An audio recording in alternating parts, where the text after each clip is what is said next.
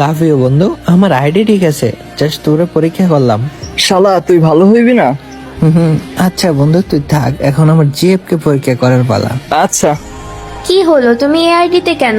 ওই আইডি কি হয়েছে? আরে আর্জেন্ট টাকার দরকার ছিল, তাই সেল দিয়ে দিছি। মানে কি, তাই বলে আইডি সেল দিয়ে দিবা? আচ্ছা বাদ দাও, শোনো না, তোমার সাথে না ডো বানাবো বলছে, আসো এই আইডিতে ডো বানাই। তোমার এই বট আইডিতে ডো হয়ে আমি কি করব? তুমি নতুন আইডি নিবা না? শিওর বলতে পারি না। আচ্ছা ঠিক আছে, তাহলে আমার বেস্ট ফ্রেন্ডকে আমি ডো বানাই, তুমি যখন আইডি নিবা তখন না হয় আমি তোমার সাথে ডো বানাবো। তোমার মেয়েরা শুধু অপশনের পাগল, কিছু বলার নাই। তুমি আমার জিএফ, আমার খারাপ সময় তুমি পাশে থাকার কথা, কিন্তু তুমি কি করলা? তুমি ব্যাকআপ অপশন হিসেবে তোমার বেস্ট ফ্রেন্ডের কথা বললা। Get lost. এখন রোমানকে পরীক্ষা করার পালা। আরে রোমান দেখি আমার গ্রুপে জয়েন দিচ্ছে।